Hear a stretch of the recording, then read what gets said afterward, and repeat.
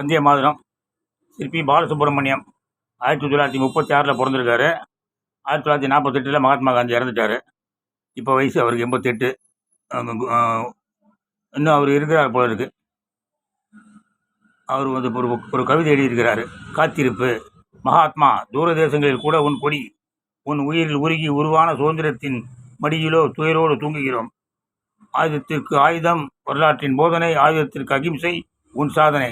எனினும் எம் அரசியல் சமய மையங்களில் வெடிகுண்டின் வாசனை. நீ நடந்த பாதையில் இப்போது இருள் மேகங்கள். தன்மானம் சிரித்து வருமானம் பெருகி இருக்கிறது.